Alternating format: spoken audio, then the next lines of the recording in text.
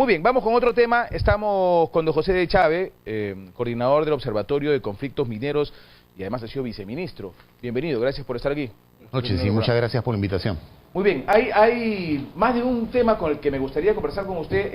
Hoy día lo hemos citado para ver el tema de las fuentes de agua de Lima y Callao que están en riesgo por los proyectos mineros. Le voy a pedir explicación de eso, por favor, pero en algún momento me gustaría también hablar de lo que ha dicho ayer el presidente de la República, porque entre otras cosas ha mencionado el tema minero como un tema de desarrollo para lo que se viene en nuestro país, y creo que es clave poder ver ese tema también. Sin duda. Pero empecemos por las fuentes de agua, que están en riesgo. ¿Por qué están en grave riesgo las fuentes de agua de Lima y Callao? A ver, uno de los temas importantes que hemos tratado de subrayar ayer es precisamente esta preocupación de que justamente en esta zona donde se abastece de agua para Lima, como sabemos, Lima utiliza aguas del departamento de Junín, que son de la cuenca del Mantaro, y se produce un trasvase de aguas de la laguna de Marcapumacocha a través de un túnel, el túnel Cuevas, que se pasa el agua a la cuenca del río Rímac.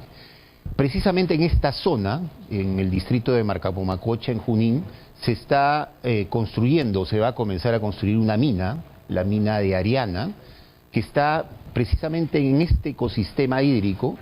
Y como dice el estudio de impacto ambiental, mucho de las operaciones, por ejemplo los depósitos de relaves, están o van a estar a 50 metros del túnel.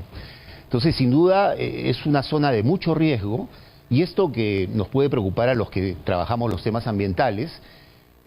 También hemos subrayado una carta que el gerente general de SEDAPAL le envió al Ministerio de Energía y Minas hace ya algunos meses, señalando su preocupación por este tema. Voy a citar textualmente lo que dice el gerente general, donde señala que se encuentra esta zona, este depósito de relaves de la mina Ariana, se encuentra en una capa de depósito lacustre, generando las posibilidades, y estoy leyendo textualmente, las posibilidades de rotura de la presa y la licuación estática de los residuos mineros y su escape del depósito, que podría afectar el agua que se conduce por dicho túnel. Es decir, si se produce una situación de emergencia, el abastecimiento de agua para la ciudad de Lima, es decir, para 10 millones de personas que habitamos en Lima, estaría en riesgo. Esto se suma a lo que hace algunos meses ya habíamos señalado sobre este cerro de Tamboraque en el distrito de San Mateo, que es un depósito que efectivamente tiene años, y que ya había la orden de reubicar el depósito de relaves. También estamos subrayando que el depósito de relaves no ha terminado su reubicación, y que hay una acción de amparo que le ha dado un juzgado de Lima a la empresa y se ha paralizado. Entonces, esta situación... ¿Sabe cuándo eso nos va a causar problema? Perdóneme que lo interrumpa, señora Chávez. Cuando nos friegue el agua para todos. Porque ese tema que usted nos dice tiene, no sé, ¿cuántos? ¿10? No, Tamboraque tiene por lo menos una década, sí, pero sin duda. Fácilmente. Sin duda alguna, yo me acuerdo que de ese tema hemos llamado la atención 20.000 veces y no hacen nada. Y no hacen nada. Y además la empresa tenía la obligación ya de reubicar el depósito de relaves en una zona con mayor seguridad, y lamentablemente con una ordenanza del Poder Judicial, ya sabemos cómo opera muchas veces el sistema de justicia en el país, bueno, se ha paralizado esta reubicación. A eso hay que añadirle este tema de la construcción de esta mina de Ariana. Y el otro tema que preocupa, y también lo señala el gerente general de SEDAPAL, es que la empresa que va a desarrollar este proyecto, que es una empresa que se llama Southern Peaks Mining, es una empresa que tenía operaciones en el departamento de La Libertad, la unidad de Quirubilca, y que no terminó un plan de cierre y lo dejó la mina abandonada. Esta mina ha sido ocupada por mineros informales y han provocado todo un desastre ambiental. Es decir, no solamente es la preocupación de la ubicación del proyecto minero, sino también los antecedentes de esta empresa lo que nos preocupa. ¿Y se le permite, bajo esos antecedentes, trabajar con total libertad? Lamentablemente su estudio de impacto ambiental ya ha sido aprobado, y la autorización para comenzar la construcción... Esa es otra que no entiendo, don José Chávez. ¿Cómo le pueden aprobar si el estudio de impacto ambiental mismo señala que su depósito de relave está a 50 metros de este tema del agua, por lo que usted me dice? Son temas que realmente nosotros sabemos. La minería es una actividad importante, nadie desconoce lo gravitante que es la minería para la economía del país. Usted mencionaba al inicio que ayer el presidente ha anunciado el inicio de varios proyectos mineros, pero lamentablemente, así como se desarrolló una legislación para atraer inversión minera, en paralelo no se ha desarrollado una legislación ambiental, y no tenemos autoridades ambientales que tengan las suficientes herramientas políticas públicas para buscar esos equilibrios que un país con una riqueza geológica como Perú necesita para que esta actividad se desarrolle con los mejores estándares ambientales. Pero ¿no? eso nos habla, ¿sabe de qué, José? De qué poca visión tenemos. Si este tema en Junín termina reventando y causando algún problema, si este tema en Junín realmente causa algún problema, eso va a desencadenar como una especie de cadena la reacción en otros lugares donde hay minas que pueden significar un desarrollo importante de dinero para el país. ¿O usted cree que si pasa algo en Junín, la gente de Arequipa no va a saltar? La gente de Amaría no va a saltar. La gente de un montón de lugares donde hay mina, todo el mundo va a decir, oye, no, acá también, miren, qué desgracia, todo, paremos carretera, paremos todo, paremos mina. Y de eso se va a aprovechar mucha gente que le encanta decir, mina no. Sin duda, y preocupaciones, digamos, legítimas, ¿no? Pero además, la historia de colapsos de relaves mineros no son historias de la minería antigua. Hace muy poco hemos tenido problemas de colapsos en La Libertad, en Quirubilca, hemos tenido problemas de colapsos en Huancavelica, y a nivel internacional ha habido una catástrofe en Brasil de una mina importante, precisamente porque el relave, la cancha de relaves, colapsó. Entonces, colocar una cancha de relaves en una zona tan sensible, donde tenemos esta obra de ingeniería importante de trasvase de aguas para abastecer a la ciudad de Lima, lo menos que se puede decir es que se ha aprobado con mucha ligereza y que los estudios de impacto ambiental en muchas ocasiones son una suerte de saludo a la bandera, ¿no? A ver, voy a ser de repente un mal pensado, pues, ligereza. O sea, ¿podemos hablar de acá de incapacidad o que pese a darse cuenta aprueban estos estudios de impacto ambiental? Hasta hace muy poco, esto ha comenzado a cambiar, pero hasta hace muy poco, quien aprobaba los estudios de impacto ambiental era el propio Ministerio de Energía y Minas, la Dirección General de Asuntos Ambientales del Ministerio de Energía y Minas. Es decir, la entidad que tenía como misión que la minería crezca, se desarrolla, al mismo tiempo era la que tenía que regular, fiscalizar y aprobar estos estudios de impacto ambiental. Se volvía medio blando, pues, así, ¿no? Un poco como poner el gato en el despensero, ¿no? Ahora, hay que reconocer que esto ha comenzado a cambiar. Hoy en día existe un organismo que se llama el Servicio Nacional de Certificación Ambiental, que forma parte, es un organismo adscrito al Ministerio del Ambiente.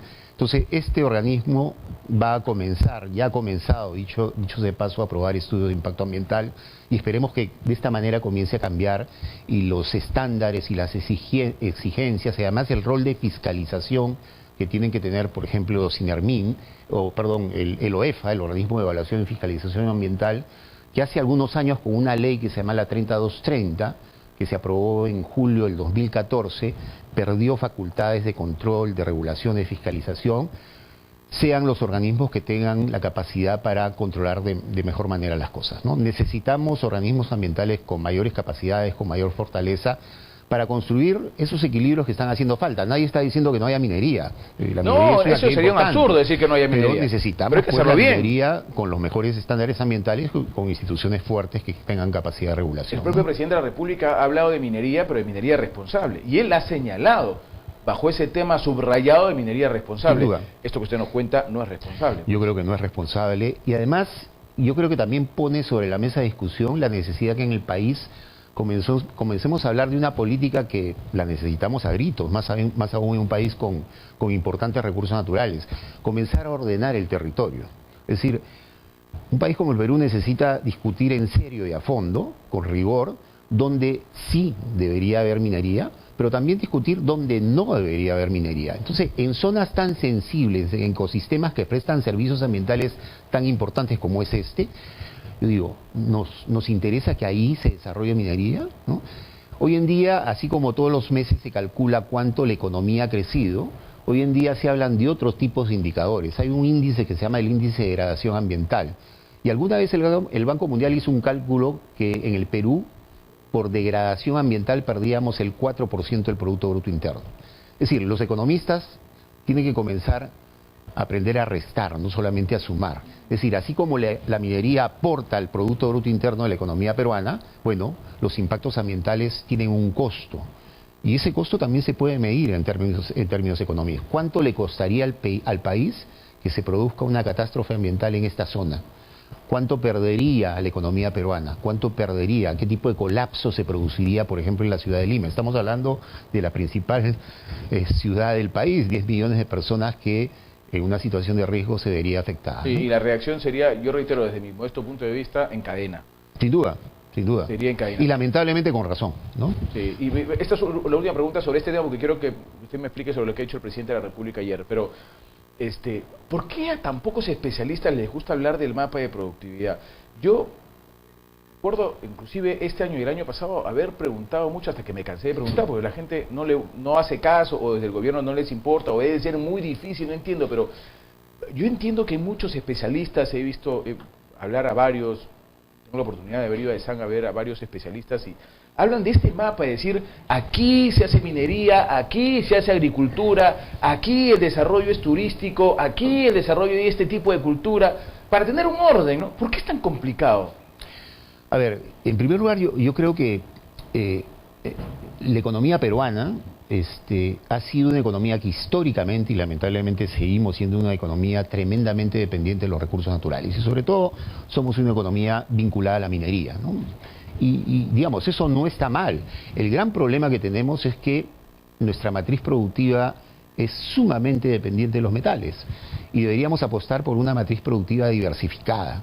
Todas las economías que han logrado salir de esta suerte de la trampa del ingreso medio es porque apuestan por construir una matriz productiva que sea diversificada. Ahora no solamente se habla de una matriz productiva diversificada, sino de una matriz productiva diversificada y sostenible. Hay que incorporar esta variable ambiental. Es decir, cuando hablamos de productividad, tenemos que apostar por una productividad diversificada y por una productividad sostenible. Y tenemos un territorio que además es megadiverso. El Perú es un país amazónico, tenemos ecosistemas muy importantes. Fíjense lo que está pasando en Madre de Dios. Madre de Dios es una de las 7 zonas en el mundo con mayor biodiversidad en el planeta. Y estamos dejando todos los días, porque cada vez crece más la minería informal, la minería ilegal. No solamente hay que hablar de la minería legal, sino también de la informal. Y se está destrozando esa zona que es una de las joyas del país, ¿no? Entonces, mientras no entendamos que tenemos que apostar por una economía y una matriz productiva diversificada, pero que al mismo tiempo sea sostenible, en pleno siglo XXI, si no incorporamos la variable ambiental, estamos hablando de la economía del siglo pasado, ¿no? Si no apostamos por eso, nos vamos a seguir, digamos, en esta suerte de dependencia y de crecimiento cada vez que los precios internacionales nos favorecen, pero cuando se caen, entramos en situación de declive, ¿no? Quiero que me explique, solamente con esto cierro, atención limeños, ¿ah? Somos 10 millones, podemos quedarnos sin agua, es serio esto que nos trae don José de Chávez, ¿ah? Podemos quedarnos sin agua, y si es que Dios no quiera, ocurre este tema, y nos quedamos sin agua, solucionar el problema va a ser recontra complicado. No va a ser un tema que ya, no se preocupen que en 24 horas solucionamos el problema. No va a funcionar así, así es que hay que ponerle ojo hoy. Miren que se lo estamos diciendo 13 de diciembre de 2018. El presidente ha hablado de varios proyectos, supuestamente proyectos con responsabilidad, esperemos que sea así porque nos interesa tener proyectos responsables de minería en el país para un próximo crecimiento de más del 4%, que es lo que supuestamente vamos a tener este año. ¿Qué piensa usted? A ver, el presidente ha nombrado efectivamente 4 o 5 proyectos, que son proyectos que ya tienen estudio de impacto ambiental aprobado. Algunos de ellos además ya están en fase de construcción. No hay que olvidarnos que el presidente viene de una región vinculada a la minería, Moquegua. Él fue uno de los líderes, cuando estaba de gobernador regional, del logro de un acuerdo entre la población de Moquegua y el proyecto Quellaveco, que pertenece a una empresa minera anglo-sudafricana, Anglo-American, ¿no? Entonces, este proyecto ya está en proceso de construcción, pero al margen de ese proyecto hay otros más, Mina Justa, está Michiquillay, es decir, hay un paquete de 4 o 5 proyectos que quizás no son de la talla que han tenido proyectos como la ampliación de Cerro Verde o el proyecto Las Bambas en Apurímac, pero son proyectos que van a dinamizar, creo yo, la economía del país, y que ya están, repito, en fase de desarrollo. Hacia el 2021-2022 vamos a ver varias de esas minas ya en operación, y actualmente están en fase de construcción, que es la fase, además, el momento en el cual se solicita y es necesario mayor mano de obra, ¿no? Y sobre todo mano de obra local. Ahora, siempre la incertidumbre que queda es que si eso va a ser suficiente para que la economía peruana crezca de manera a tasas significativas, y sobre todo que ese crecimiento produzca empleo, ¿no? Y empleo de calidad. La minería no es un rubro que produce gran cantidad de empleo. La minería no es una actividad productora de empleo. En el momento que produce mayor empleo es en la fase de construcción, pero cuando las minas ya entran en producción, ya no producen empleo. Le pongo un ejemplo. Las Bambas en la etapa de construcción produjo más o menos 18.000 puestos de trabajo. Ahora en fase de producción, 3.000 puestos de trabajo, ¿no? Entonces, la minería ocupa más o menos el 1% de la población económicamente activa, ¿no? No es una actividad que demande empleo, es una actividad intensiva en tecnología y otros aspectos. Entonces, vuelvo al tema que conversábamos hace un momento. Digamos, está muy bien que hayan nuevos proyectos mineros, pero pensar que la economía peruana va a seguir dependiendo de la minería creo que es un error. Y me imagino que en este plan de competitividad que el presidente también ha presentado, se esté pensando en una economía mucho más diversificada. Además, ¿no? Cuando hablamos de minería responsable, y con eso termino, don José Chávez, hablamos de minería responsable ambientalmente, inclusive tributariamente, ¿no? Porque digamos que no todas las minas son bien responsables a la hora de pagar, ¿ah? No, y además han habido años en que la autoridad tributaria del país, la SUNAT, le ha estado devolviendo más impuestos de lo que las empresas mineras aportaban al país, por un tema que se llama devoluciones, saldos a favor del exportador, que es un tema de discusión, y es verdad que las empresas mineras han tenido enormes beneficios tributarios, todos esos beneficios tributarios deducibles del impuesto a la renta, que es el principal impuesto que pagan las empresas mineras. Entonces, la idea es que haya minería que sea responsable socialmente, que sea responsable ambientalmente y que paguen los impuestos que deberían de pagar, ¿no? Y que tengan una actuación estratégica en cuanto a la sociedad que los rodea, ¿no? Para que eso que ¿cómo lo llaman? La aprobación social. La licencia social. Licencia social, que es un invento en realidad, no sé quién creó eso, pero que en la práctica sí significa la posibilidad de interrumpir proyectos importantes. Sin discusión. No hay que olvidarnos que la minería no se desarrolla en territorios vacíos. Ahí hay poblaciones, comunidades campesinas, pueblos indígenas que tienen derechos que deben ser respetados. Sin duda alguna. Don José Chávez, muchas gracias. No, gracias a ustedes por la invitación. Gracias por haber estado en el programa, señores. Son las 9:30, nos vamos al corte, regresamos con sus llamadas y el bloque deportivo. Ya venimos.